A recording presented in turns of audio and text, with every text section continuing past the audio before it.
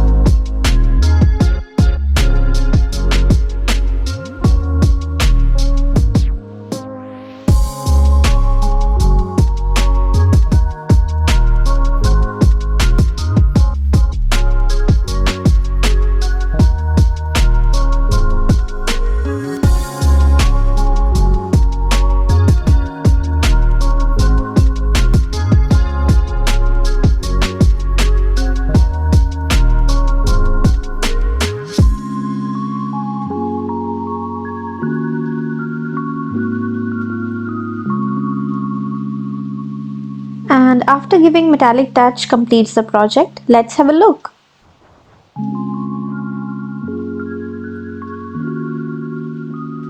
I hope you guys love this modern home decor and will give it a try. If you love this video, don't forget to give me a thumbs up and share your valuable feedbacks. Subscribe to Flying with Art and hit the notification bell and select all notification for my upcoming videos. Thanks for watching. See you in next one.